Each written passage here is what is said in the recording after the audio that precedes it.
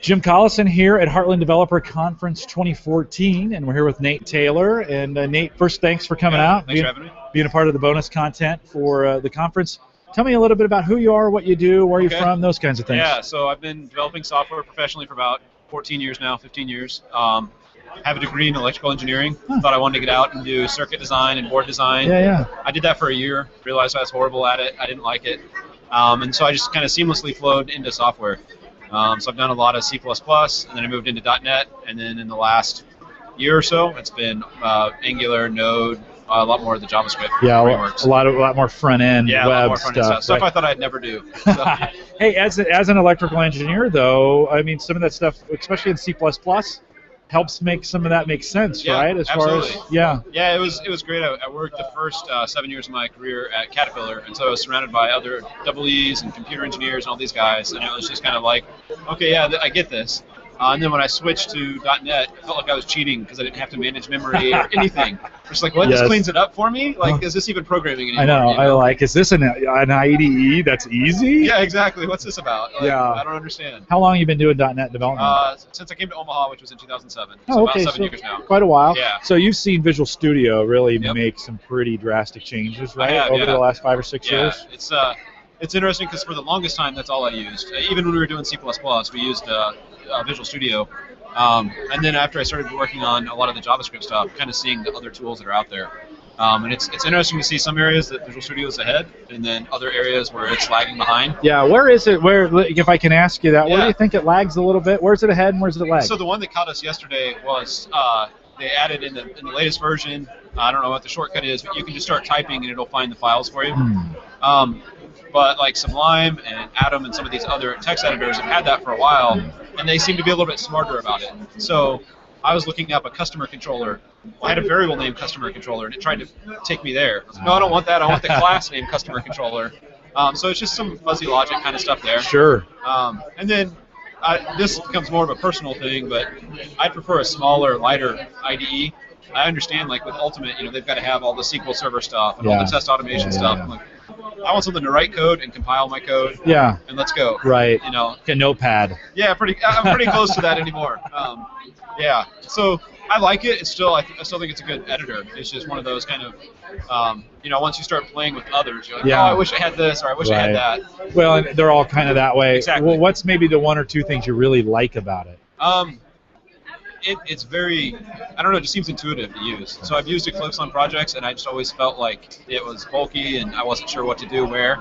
And it seems to be pretty intuitive there. And they're making a lot of great changes, I can go search for, I don't know what this menu item is, but I need to change. Yeah. I need to change my keyboard binding, and I can search for the keyboard, and it'll bring up the menu for me. So that's great as well. Do you have you used the web version at all? I haven't. No. Okay. Any plans to no, not move really. forward? Okay. Yeah. I've played around with like Cloud. Was it Cloud 9 a couple of years ago? And web IDEs were never the thing for me. Yeah. Well, they're coming around. Yeah. Maybe here in the next couple of years. It's just I'm always interested in where these things are going, and especially I manage a team of .NET developers, and so we talk about these things all the time. Absolutely. It's just been interesting to see. I mean, Visual Studio, which I thought really 4 or 5 years ago may go away, has become. I mean, all of a sudden now it's the hot, cool, sweet. Place to be. We had testers using it and business owners using it because of the integration with TFS and stuff like that. So there's a lot of people using it that I would have never thought would have fired up the studio. Yeah. Well, Microsoft has made a commitment to it. Absolutely. Yeah. And it's a great product from what I hear from the developers. I don't use it, but great product. And like you said, everything's got its some good sides and some bad sides to it. You're an EE, electrical engineer. It's oftentimes we recruit electrical engineers just because they've got that great structure or logic that we're looking for. And then we look for those really techie kinds. Did you find yourself kind of in that boat where you had some software development in you, but you want electrical engineering, or did you have to learn the whole thing from scratch? No, I mean, I've been writing software in one form or another for about 30 years now. So my dad was a EE. We always had a computer. So QBasic and all these kind of things, just playing at home.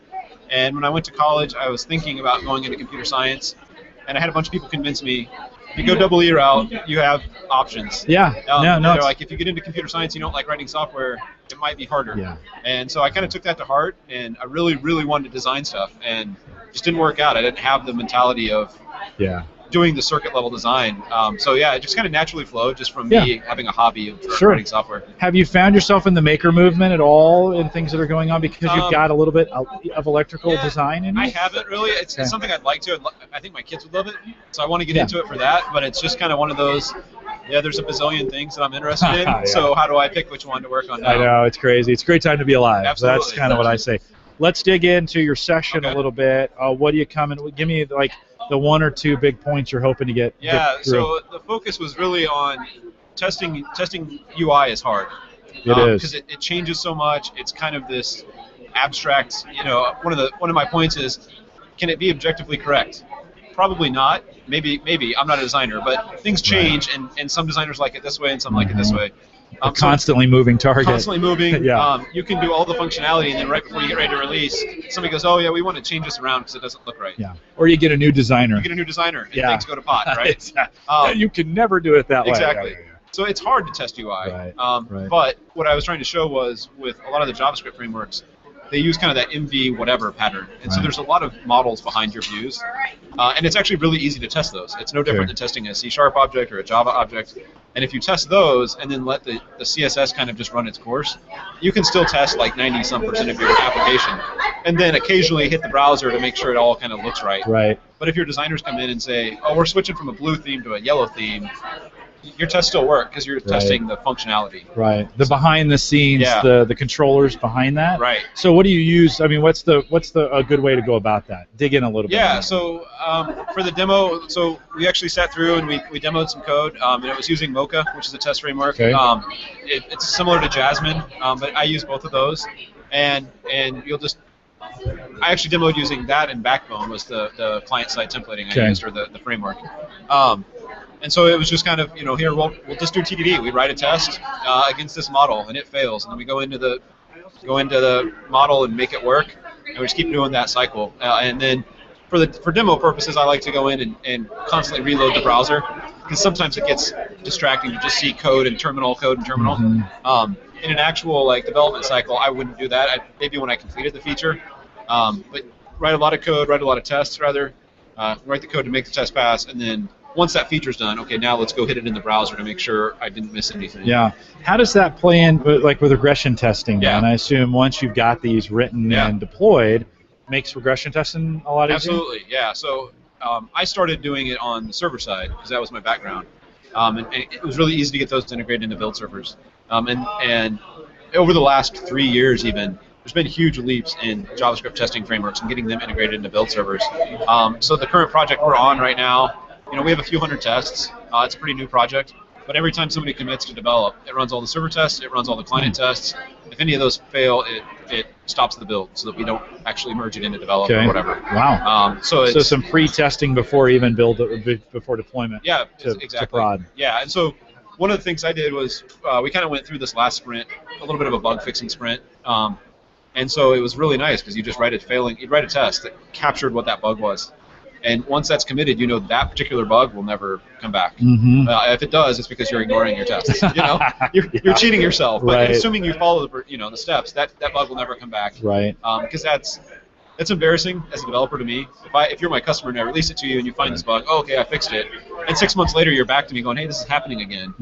I literally get embarrassed about that, and I don't want that to happen. So it's a great way to make sure that doesn't happen. Save face. Exactly. Well, there's nothing worse. They come back to you and like, did you really fix it? Yeah, come on. Oh, it was you make something up. But is this, so what you're working with, pretty common today?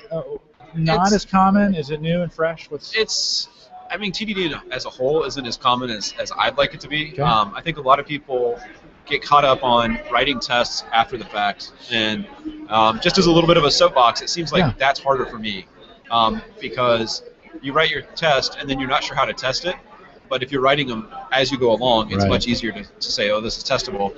And so it's just, if you write all your code first and then you're like, okay, now I need to go write tests, it feels like you're doing busy work. Because you're like, oh, the code's out there, I've tested it, let's just give it to the customer. if you're doing it as you go, then when you finish, all your tests are done too. Right. And you're really not that much slower. You're maybe a little bit slower. I like to say it slows you down the right amount. Yeah. It makes you stop and think. So I liken it to translating between languages. I've translated some stuff from like Greek to English, and it made sense in English. It made sense in the English translations that already existed.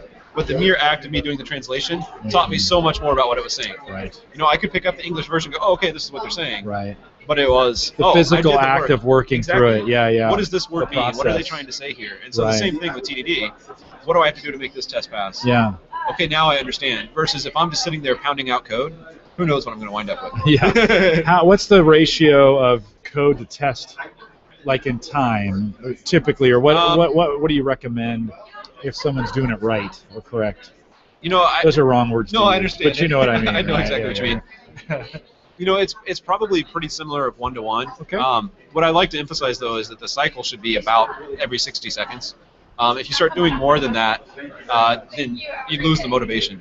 Okay. I found a lot of times developers, myself included, like that instant gratification. Yeah. It's one reason I'm not a EE anymore. I couldn't stand the 4-hour simulations to see if my circuit would work. I want to build it and test it now. Yeah. So if I can do that every 60 seconds, oh, it's working, it's failing, it's working, it's failing, and I'm getting further along.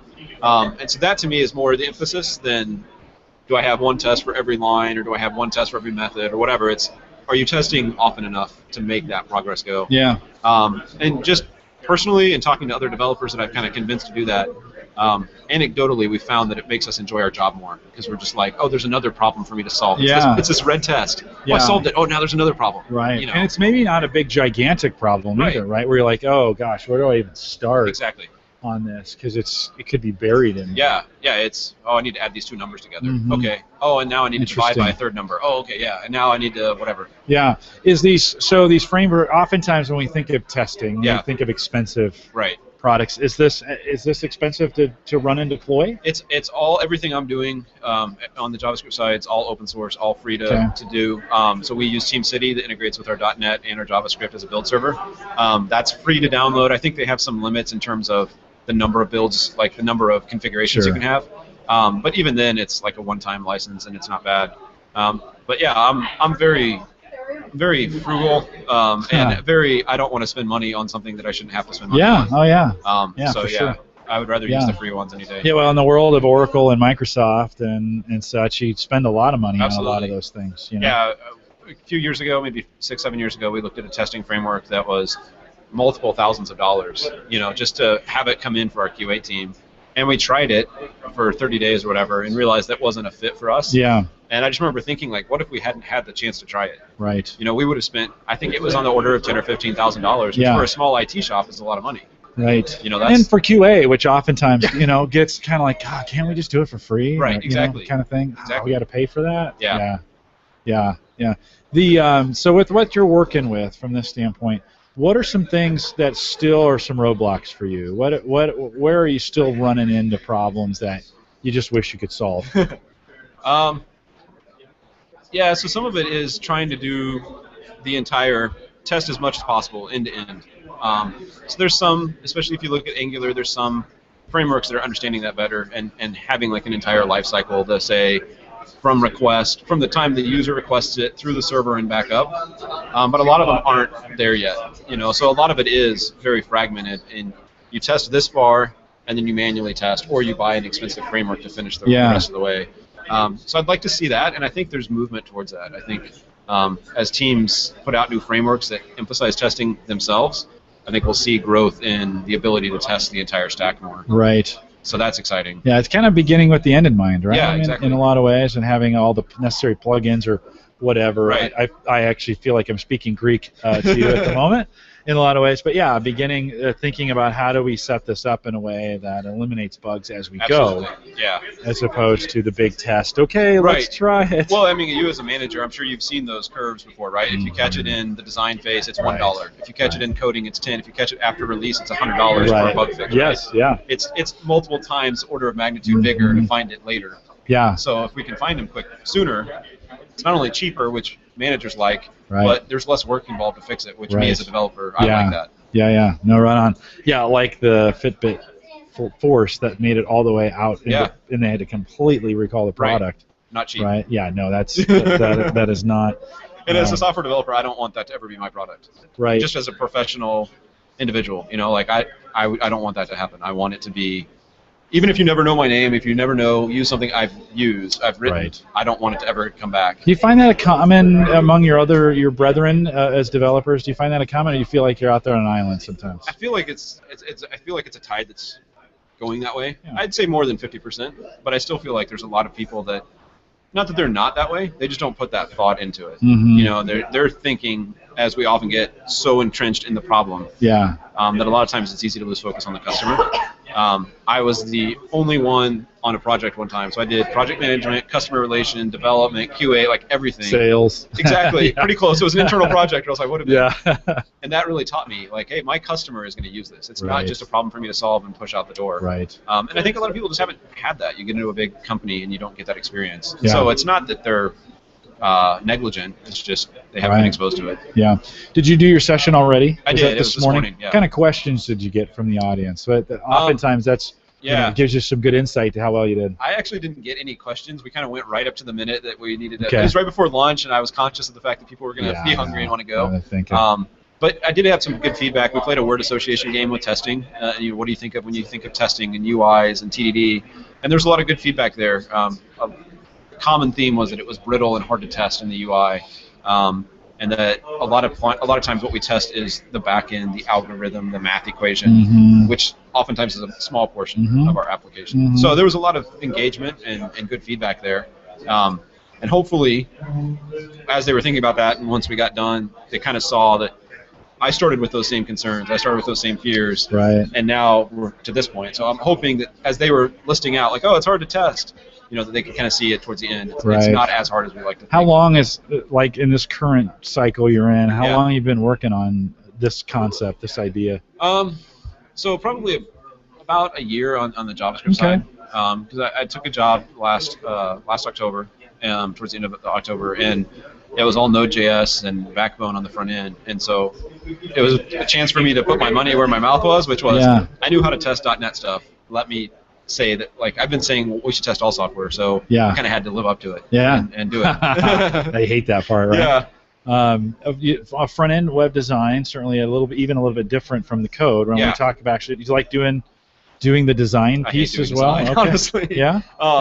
If I could stop before CSS and before how it looks and feels, I'm just much happier. Well, and it sounds like maybe that's even influenced your testing in a sense, like can I remove that look and feel completely from the test and kind of peel it back and start testing from that point back to the server? Yeah. So one of the authors that I followed in my career is Uncle Bob Martin, who's big on clean code and test-driven development, and he gave this example of if you're writing software that sounds an alarm when a certain condition happens, an actual audible alarm, you have a couple ways you can test that. You could take a microphone, point it towards where the alarm's going to be, do some DSP processing to figure out that it actually sounded the right alarm, and then you could say, this microphone caught it and it processed it correctly. That's really hard and flaky.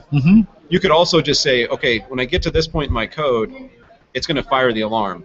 And so as long as I know everything up to here works, I'm reasonably confident that this works. I manually need to go in and hit that code a couple times to make sure, I hear the alarm. Okay, I never need to test that it's hitting the right frequency again. I just need to make sure that this value is always true, or fire, or whatever. Right. So that kind of influenced me as well to go that route. Like, I don't care what highlight color we used, because it can change on a whim.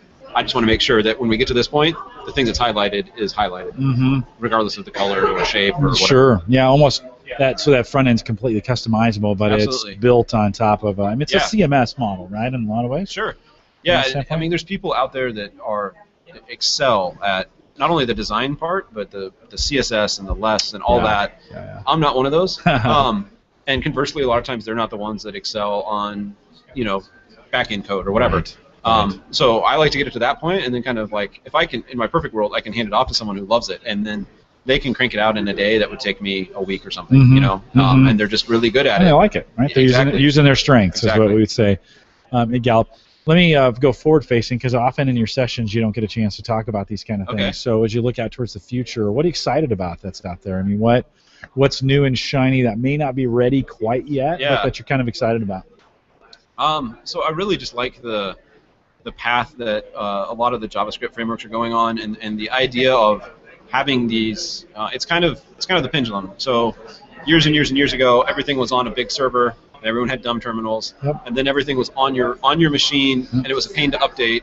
And now we're kind of back to where everything's on the server, but it's much easier to update, and it's much easier to have this full experience. Yeah. It's no longer just text fields. Yeah. Like you can do a lot on the web that's much It's also like easier to hose your server and lose everything. It is. It's very easy. Yeah. Yeah. So that's exciting. Just having this solve. I like to say solving problems. So TurboTax is a great example. They could have just taken the 1040 form and had you fill it out electronically. Yeah. That wouldn't have bought us anything. Right. Because I still don't know how to fill out line 13b. Right. Right. Instead, they ask me questions that I don't understand what they're. I mean, I understand what they're asking. I don't understand what they're getting after. Mm-hmm. Right. But did you move this year? Yes, I did. Oh, well, then you might need this other form. Oh, that's great. And Right. I see software moving more towards that of like, let's guide you through the process instead of just saying, here, Jim, here's all the data. Go do something with it. Oh, here's the information you probably care about. Let's show you that. So that's exciting as well to see the trend go that direction. Yeah. Anything? Are you a gadget guy at all? You get into your? I'm probably like the most Luddite developer that there ever was. No, I know a few, but so not I have my smartphone. We have a Fitbit in the house. I think I've never used it. Yeah. My kids definitely are. Yeah. My dad and I are actually building a log cabin, and that's much more cool. I'm excited to get it done so I can go take a weekend and have no electronics and just sit there and read. Yeah. So. Yeah, that's good. Now I think we miss some of those things Yeah. that we get. I mean, I'm probably the opposite. I work in technology all day, and then on the weekends I spend a lot of time with technology, podcasting, media. I'm a media guy, so I love doing that kind of stuff. And every once in a while I kind of go, man, am I missing something? Yeah. And so I think it's different for everybody. Absolutely, yeah. Right, of course, along those lines. I mean, so it has nothing to do with it's personality. It has nothing to do with skill or competency. Yeah. It's what do you like? No, right on. And I don't think it's good or bad. Right, it's exactly. Just, it is what it is. Anything else from your session that you didn't get a chance to cover in it that you wish you would have said? I was trying to think about that even as I was wrapping up because I was so conscious at the time. I really don't think there was. I knew this. I've done a couple conferences in the past, so I kind of knew how to plan and tried to make sure that I fit that window so that I didn't run out of time because I've done that in the past. I think we got pretty much what I wanted to get out of it. Good. Well, that's a tough skill, by the way, is to plan that. I'm not very good at that. I'll plan for 15 minutes and I'll go for 35. Sure. And so I've told you 20, and we're right at the 20-minute mark, so right. I nailed it. Nate, thanks for taking some time to come out and be a part of our bonus content. Sure. Jody and I just came up with that a few minutes ago. Bonus content. There you go. And that sounds good, like director's cut on the DVD. Exactly. It's like stuff you can't get in the session. Absolutely. So, Nate, thanks for coming out. Appreciate it. Yeah, you bet. Thank you. Hang tight for one sec. All right.